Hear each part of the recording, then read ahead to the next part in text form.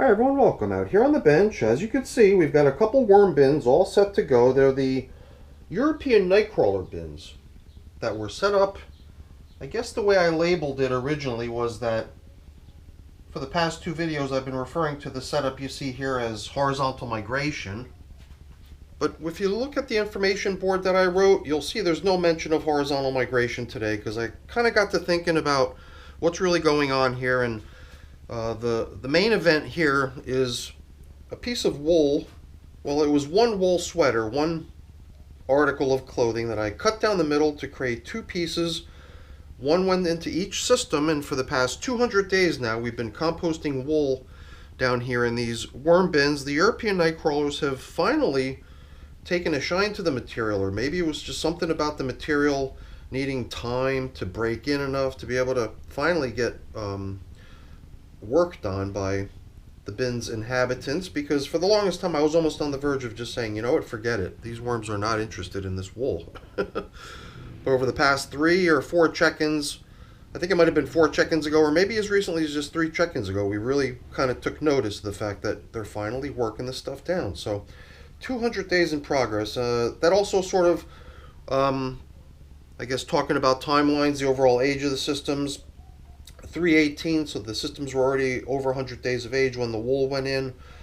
And 12 and 24, you can see there's reference to how the setup, originally referred to as horizontal migration, happened 24 days ago. So we stopped in here 12 days ago, put some more food into the horizontal migration feeding zones, as we were referring to them. But in a way, I'm thinking, do we keep thinking of it as a migration in progress? This is their food, by the way. Banana peel, mostly radish leaves, and look at this radish. A completely uneaten radish snuck in here, along with a chunk of rubber band, which I just retrieved. Doesn't belong in here, but oh well, whatever. We're just going to leave that as a bonus for the wormies. We'll have to decide which system gets that. And there's probably some other stuff in here too. I see tomato chunks and maybe other things too. So back to the topic of classification. So horizontal migration is how it all started, but you know, now what do I do? If the worms are all on this edge now, time to move them. They're kind of occupying the space where we put the wool sweater down in here. But if the wool sweater is still in progress, do we want to move an almost completed pile of fabric from old to new systems, or do we just wait out the sweater at this point to make sure it's just all been consumed and then attempt to haul the worms out? So I'm still kind of riding the fence on that. I just found some thin chunks of plastic, just seem to float out onto the surface. I wonder if we'll find more. So let's see how they're doing. Wedge. Do I start just treating this as a wedge, which is going to just stay in this orientation? Feeding's getting applied here. This end being left to remain uncovered and getting drier each day, making it less hospitable for worms to want to stay in. In a way, the wedge setup and the horizontal migration setups are kind of kissing cousins to each other. They're almost the same exact thing. It's just really your objective as to why you did it in the first place. Perhaps you have a large system, like you see on the Plant Obsessed channel with the blue huge container where one far end of the container is where the food goes in fresh. Eventually all the material gets nudged over until you get to the opposite side of the bin, which is where the ready to harvest material is accumulating and getting polished off. Final stages. So here and there I just find stuff that just seems to me like not stuff that belongs in a batch of worm castings, synthetic looking stuff. Other things look like they might be remnants of food, especially if they break apart very easily. They're just maybe something a little more fibrous, I assume. But we're definitely getting there. Let's, alright, finally dig in here, right? Because I'd really like to see how this sweater's progressing. Little chunks of food here and there. I just find stuff that always just kind of makes its way over to where the worms are hanging out.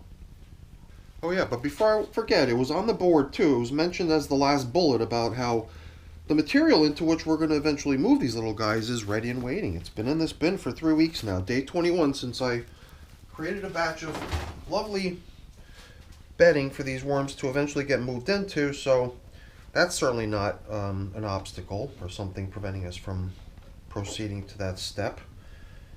All right, let's examine this material. I think we made the observation last time how one of the bins, perhaps it was bin number 2, was thought to be maybe a little bit more damp than it needs to be, much more damp than the companion bin, the other bin, whichever one it was. Starting to wonder if it might have been here in bin number 1 where we observed that, because the material over here, furthest from where the feedings have been getting applied, is just loaded with worms.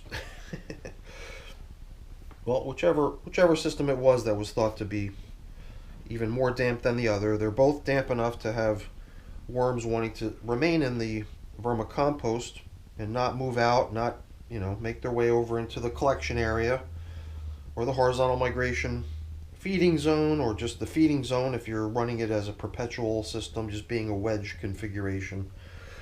That's where I'm kind of lost. Is do I start thinking of it more as a wedge and get less focused on worms being migrated out at some point, and this way we could really allow for the fabric to get broken down nicely? All right, let's save the check on the fabric for last. I'm just thinking we might proceed here and do a quick tilling up of the material in this system too. Yeah, this was the system where the material had seemed to already the material seems to have gotten nice and dry already, so much so that the majority of the worms have probably at this point made their way over to where the wool is.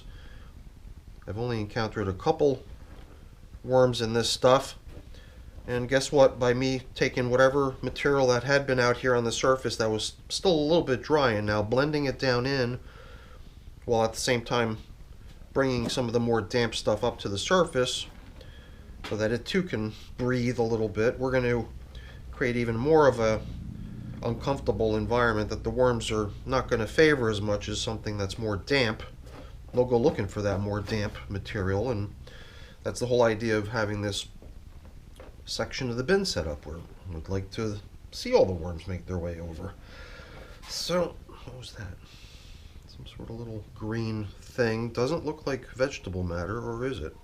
How did it preserve its color so well? Alright, so let's get on with checking out the fabric, shall we? This is definitely right here, bin number 2, the system in which we've got quite a bit drier material. The more damp stuff in bin number 1 was something we even talked about during the last check-in 12 days ago. We talked about maybe coming in here periodically to aerate the material to help it dry even further. Well, I did nothing of the sort. The way we're looking at it now is exactly the way we left it 12 days ago when we last checked in here together and created a video of it. So at this point, we're in the feeding zone, which has really been set up with only one material intended to be the bedding, which is the wool fabric sweater. And this thing just seems to be going nowhere. Is it edible? Is it food? It appears to be paper, but it is making no progress. And the way it tears and everything seems like something that should break down, but if it's going nowhere, I'm thinking let's just get rid of it. This here, this is the bin number 1, was the one that got the section of the garment that had the care instructions label attached to it. So we must be looking at the neck, I suppose. Man, look at that. And I'm really interested in kind of keeping this, for the most part, in at least large fragments, if we're unable to keep it as just a single object anymore. But it does almost seem to me like they're working their way down certain strands of perhaps a synthetic material that was used to stitch together larger panels of wool fabric.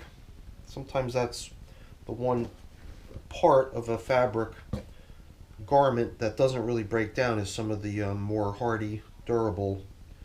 Is this the same stuff? Yeah, some single threads that just seem to hold together better than if the thread had been made of the same material that the garment is made out of.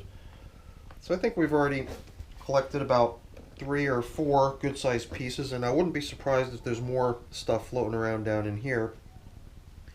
Other little bits of stuff. Here's a piece, I suppose. And there's also chunks of hard food type items down here too. Let's make sure that stays with the stuff. There's perhaps 2 little pieces of fabric right there. And even here now we're starting to get into just pieces that are just as big as a fingernail. Very small, tiny chunks.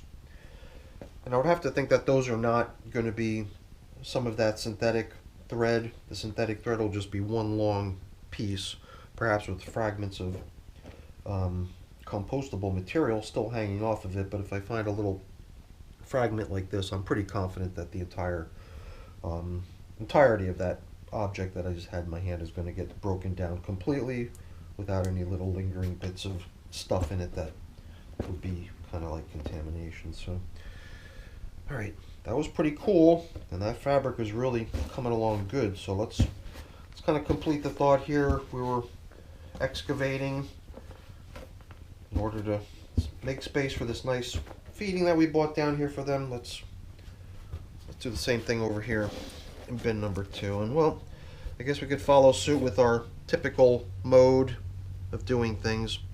I just wonder if this could be, I don't know. There's just something about the edges that just seem so perfectly square and straight that it almost seems like it's not going to go anywhere. Except it tears apart so easily in certain cases. I don't know. Maybe I'll let it dry there on the bench, and we'll be able to take a better look at what exactly that is. So what do we got here? We got like chestnut shell, banana stem, odds and ends, but what we're interested in is the wool. And it always feels like, okay, I've got all these worms to come together into this zone.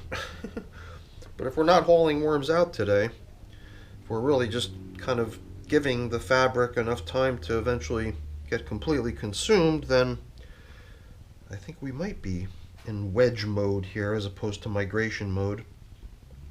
But I don't plan on, undermining what I've already kind of classified a certain way in my tracking spreadsheet. That's kind of one thing that always makes me feel like, even with the mixed red worms last time I ran that system almost, I think, about half of its life was spent, the second half of its life was spent in a wedge configuration.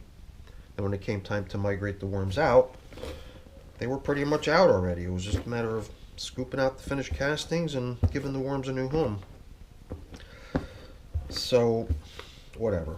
Perhaps it's a wedge, perhaps it's a migration, but one that's going to be drawn out to allow for the wool experiment to continue. But who knows, maybe at some point we'll just kind of decide, let's start hauling out. Let's get the wool out of here, let it finish elsewhere. I'm not sure how it's going to play out, so I'm thinking maybe if I can, that is one large piece all holding together, kind of. Alright, spreading it down in the bottom, and we've got a few more remaining chunks over here that we can kind of cover up with. Let's lay down a good foundation here too. Over here in the more damp system, the bin numbered 1, definitely seems like the fabric is, making much greater strides to the finish line, because it's just the, additional moisture that seems to be present down here in this bin. So I wouldn't be surprised if it was the higher level of moisture that could be contributing to the faster breakdown. And well, since we got faster breakdown in bin number 1, that's the place to put the radish, it seems. But we've also got a whole handful of radish chunks from the stem being chopped off each one, so it's almost like we've got a radish in each. And what else do we got? We got banana peels in here, a couple for each bin, pretty cool, and random cucumber related things, and maybe even a tomato to boot. Very nice. That's a really lovely looking feeding, if you ask me. Nice generous pile of food in both systems, nice and juicy material with all that cucumber and all those leaves from the radish. All this stuff is going to, I believe, create a good bit of worm traffic down here on and around the wool. And well, that's exactly what we're hoping for here, right?